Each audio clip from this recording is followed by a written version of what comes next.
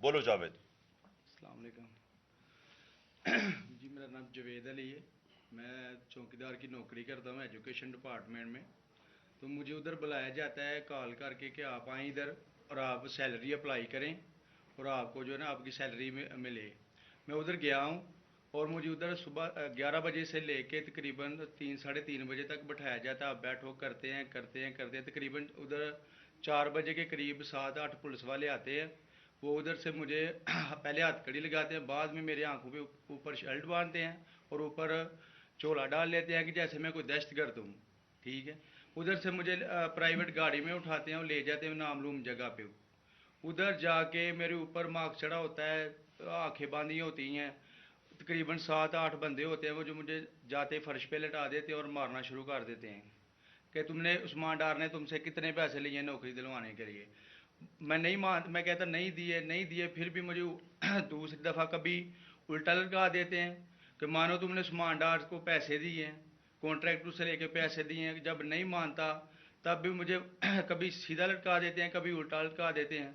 اور بعد میں جب میرے مثلاً کہ کبھی اینٹ لے ادھر سے اینٹ اٹھاتے ہیں اسے دھاگے سے اگر میرے نازک حصوں میں باندھ دیتے ہیں کہ مانو تم کانٹریکٹ سے پیسے لے کے عثمان ڈار کو دیتے ہو.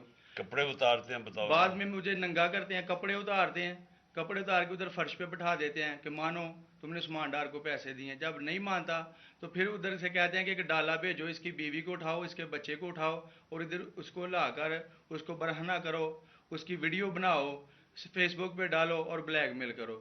تب ادھر سے جا کے جب میری فیملی آئی تب میں ادھر سے ٹوٹا, ان کے آگے رویا کہ اب آپ بتائیں کہ میں نے کیا کرنا ہے. اس نے کہا کہ آپ 164 کے بیان دیں اور یہ کمنٹ میرے کہہ رہے ہیں کہ آپ نے یہ پیسے ٹھیکیداروں سے لے کے عثمان ڈار کو دی. یہ بتائیں آپ کہ کوئی یہ سب چپ ہو جاتے تھے جب کوئی آتا تھا ایک ادھر آدمی. جب میری تو آنکھیں باندھی ہوتی تھی ٹھیک, اس وقت جب کوئی آتا تھا ادھر کوئی افسر آتا تھا یہ کہتے تھے کہ بڑے صاحب آ گئے ہیں بڑے صاحب آ گئے ہیں اور سب سائلنٹ ہو جاتے تھے. جب وہ آتا تھا سب سائلنٹ تھا. اب ٹھیک ہے لگے رہو کرتے جاؤ لگے رہو. یہ بات میں اب آپ کے سامنے یہ جو جاوید علی نے بات رکھی یہ ہر طرح ہم کنفرم کر سکتے ہیں. قرآن کے اوپر ہاتھ رکھنے کے لیے میرے سامنے تیار تھے.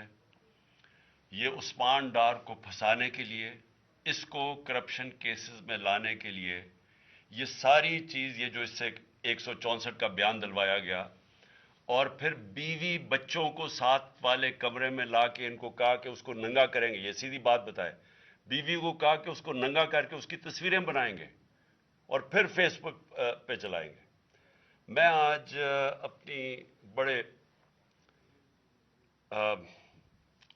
رسپیکٹ سے میں اپنی عدلیہ سے, میں اپنی چیف جسٹس صاحب سے کہنا چاہتا ہوں کہ دیکھیں میں اب سے نہیں, جب سے ہماری حکومت گئی ہے میں تب سے کہتا رہا ہوں کہ ہمارے بنیادی حقوق کی حفاظت کون کرے گا.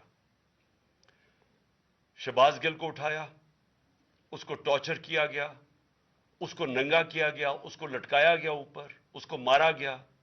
اس سے بیان دلوا رہے تھے کہ عمران خان کے خلاف سٹیٹمنٹ دو, جو اس کو کہہ رہے تھے عثمان ڈار کے خلاف سٹیٹمنٹ دو. اس کو میں تب بھی میں نے صرف ایک میرے منہ سے نکل گئی اور اس سے میں نکل گئی کہ ہم جس جج نے ان کو ریمانڈ دلوایا تھا واپس شہباز گل کو واپس جیل میں جب وہ ٹارچر ہوا تھا تو میں نے کہا قانونی کارروائی کریں گے. میرے اوپر کنٹیمپٹ نوٹس کیا گیا, لیکن کوئی کسی نے ایک کسٹوڈیل ٹارچر ساری دنیا کے اندر منع ہے, کسٹوڈیل ٹارچر کے اوپر کچھ نہیں ہوا. پھر اعظم سواتی کو اٹھایا گیا اور ساری قوم کے سامنے جو اعظم سواتی نے اپنے زبان سے بتایا کہ اسے کیا گیا ایک ٹویٹ کے اوپر, اس کا صرف ایک ٹویٹ کر دی تھی اس نے کہ NRO2 باجوہ نے دیا, جو سب قوم جانتی ہے. اس کے اوپر جو اس سے کیا گیا, پھر ویڈیو بھیجی گئی اس کی بیوی اور اس کی بیٹی کو. ایسی چیزیں اس ملک کی تاریخ میں کبھی نہیں ہوئی, یا میں تو نہیں کبھی سنی تھی ایسی چیزیں. شاید دہشت گردوں سے ہوتی ہوں, شاید کوئی باہر کے جاسوسوں سے ہوتی ہو, غداروں سے, لیکن اپنے شہریوں کو اس طرح کرنا اس ملک کی تاریخ میں کبھی نہیں ہوا. میں نے جب مجھے گولیاں لگی میں نے تب چیف جسٹس کو پہلے مخاطب ہوا. میں نے کہا دیکھیں جنہوں نے مجھے یہ قتل کرنے کی کوشش کیا وہ سارے اقتدار میں بیٹھے ہوئے ہیں. اس میں یہ جو ایک آدمی ڈرٹی ہیری جب سے جنرل باجوہ لے کے آیا یہاں تب سے یہ تشدد شروع ہوا ہے. شہباز گل کا, اعظم سواتی کا, مجھے گولیاں لگی. یہ جو داستان آپ سن رہے ہیں سوشل میڈیا کے بچوں سے پوچھیں جب سے یہ آدمی آئے ان سے اٹھ کے کیا ہوا. ان کو بند کمروں میں کپڑے اتارے گئے, ذلیل کیا گیا. ایک ماں باپ نے مجھے کال کی, انہوں نے کہا ابھی تک ان کا بیٹا نارمل نہیں ہوا. اس سے اوپر اتنا تشدد کیا کہ وہ ابھی تک نارمل نہیں ہوا. اور میں ان کو کہا جس طرح اس کو جاوید کو کہا میں نے سامنے آؤ, سب ڈرتے ہیں, نامعلوم افراد سے سب ڈرتے ہیں.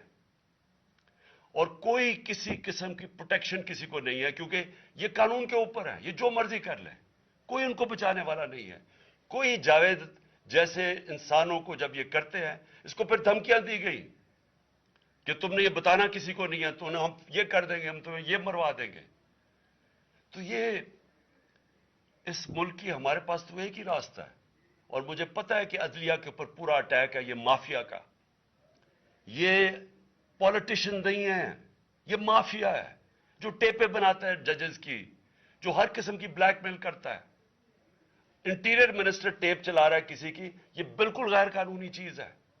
وہ جج کی ٹیپ چلا رہا ہے, وہ اس کی مریم وہ ٹیپ چلا رہی ہے کسی ارشد ملک جج کی, کبھی ثاقب نثار کی ٹیپ چل رہی ہے. یہ کسی مہذب معاشرے میں یہ چیزیں نہیں ہوتی. یہ کنٹرول کے لیے, عدلیہ کو کنٹرول کے لیے صرف یہ سارے حربے استعمال کیے جا رہے ہیں. میں آج اس پلیٹ فارم سے اپنے چیف جسٹس اور اپنی ہائر جوڈیشری کو امید تو صرف آپ سے رہ گئی ہے.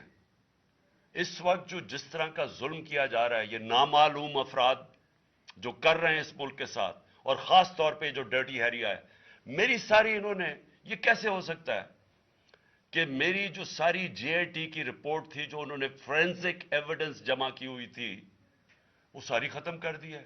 ان 4 آفیسرز کو پھر اوپر بٹھا دیا جن کے اوپر پروسیکیوٹر جنرل نے کہا تھا کہ انہوں نے میری جے آئی ٹی کی ایویڈنس سیبوٹاج کرنے کی کوشش کی. اس نے ٹیررزم کورٹ کو بتایا ہے, ان کو واپس لا کے اوپر بٹھا دیا ہے. یعنی اس سے انصاف ملے گا, ساری ایویڈنس ختم کر دی ہے, تو ہمیں کدھر جائیں گے ہم. میری ریکویسٹ ہے چیف جسٹس صاحب, یہ جاوید علی کی اس کے اوپر سوٹ موٹو ایکشن لیں, پتہ چلائیں کہ یہ کون لوگ ہیں.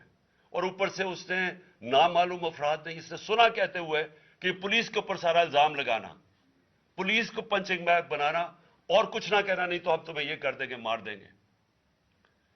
دیکھیں جی وقت آ گیا ہے. میں اپنی جوڈیشری سے یہ کہنا چاہتا ہوں کہ یہ جو بھی آپ کا سب سے بڑی جوڈیشری کی سب سے بڑی ذمہ داری ہمارے بنیادی حقوق کی حفاظت کرنا ہے. یہاں جس طرح یہ رجیم چینج کے بعد جس طرح بنیادی حقوق ختم کیے گئے ہیں, لوگوں کو لاوارث چھوڑ دیا ہے, سمجھ نہیں ہے لوگ جائیں کدھر انصاف کے لیے. ہم نے پرامن احتجاج جیل بھرو تحریک شروع کی. جو لوگوں کو اٹھا کے لے کے جا رہے ہیں, ان کو کپڑے نہیں دے رہے ہیں, ان کو دور دور لے گئے ہیں, کسی کو اٹک ڈرانے دھمکانے سے خوف پھیلا رہے ہیں. ایک طرف ایک پرامن احتجاج تاکہ ملک میں نقصان نہ پہنچے. اب ہماری قوم آگے مشکل میں ہے, مہنگائی میں ڈوب گئی. کبھی پاکستان کی تاریخ میں 41% مہنگائی انفلیشن نہیں ہوئی, چھوڑ کے گئے تھے 12% تھی, آج 41% ہے. ہم اس کے احتجاج کریں کہ چور اوپر بٹھا دیے, این آر او مل گیا ہے, پکڑ کے یہ حالات ہوتا ہے, سب کو ڈرانا دھمکانا, جرنلسٹ کو, صحافیوں کو, ٹی وی چینلز کو. تو میں صرف چیف جسٹس صاحب اور آپ اپنے سپریم کورٹ سے آج خاص درخواست کرتا ہوں کہ یہ جاوید علی کی کہانی سنیں, پوچھیں کون ذمہ دار ہے, کہیں تو لائن ڈرا کریں کہ اب ان کو خوف تو ہو کہ کوئی کھڑا ہے ان کے لیے, عوام کے لیے, عوام کے ساتھ کھڑا ہے. کوئی تو ایکشن لیں تاکہ عوام کو کوئی حوصلہ ہو کہ ہماری عدلیہ ہمیں بچائے گی. کون بچائے گا جاوید